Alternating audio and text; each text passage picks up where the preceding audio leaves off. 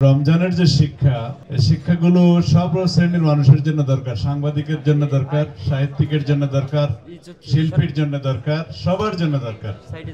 আর একটা সুন্দর সমাজের জন্য সবাইকে দরকার।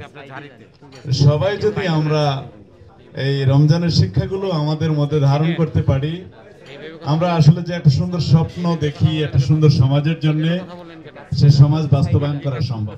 আপনাদেরকে বাদ দিয়ে অবশ্যই একটি সুন্দর সমাজ কল্পনা করা যায় না। এবং দুনিয়ার যুগে যুগে যারা একটা জাতিকে পথ দেখিয়েছে, আলো দেখিয়েছে, আপনারা হলেন সেই গ্রুপটা। এই যে সাংবাদিকরা আছেন এখানে, আপনারা যদি সত্য না লেখেন, সত্য প্রকাশ না করেন, আমাদের এই সমাজ কিন্তু আলো দেখবে না। আপনারা যারা কবিতা লেখেন, আপনারা যারা প্রবন্ধ লেখেন, এই যে ছেলেটি গান গেয়ে গেল, এক একটা গান আমি মনে করি হাজার মিছিলের চেয়ে বেশি শক্তিশালী।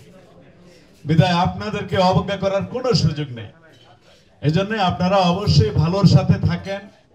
আমরা বিভিন্ন জায়গায় দায়িত্ব পালন করি, যদি ভালো করি অবশ্যই আপনারা একটু ভালো লেখেন, আর মন্দ করলে অবশ্যই আপনারা আমাদেরকে ধরিয়ে দেন।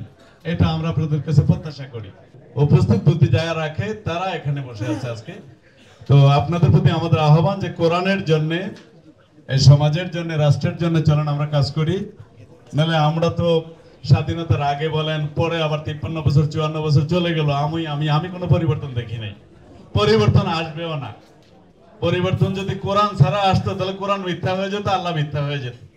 এই জন্য চলেন আমরা কোরআনের দিকে যাই, সুন্নাহর দিকে যাই। ওইটা ছাড়া এই জাতির, পৃথিবীর কোনো জাতির কোনো ধরনের সফলতা আসবে না।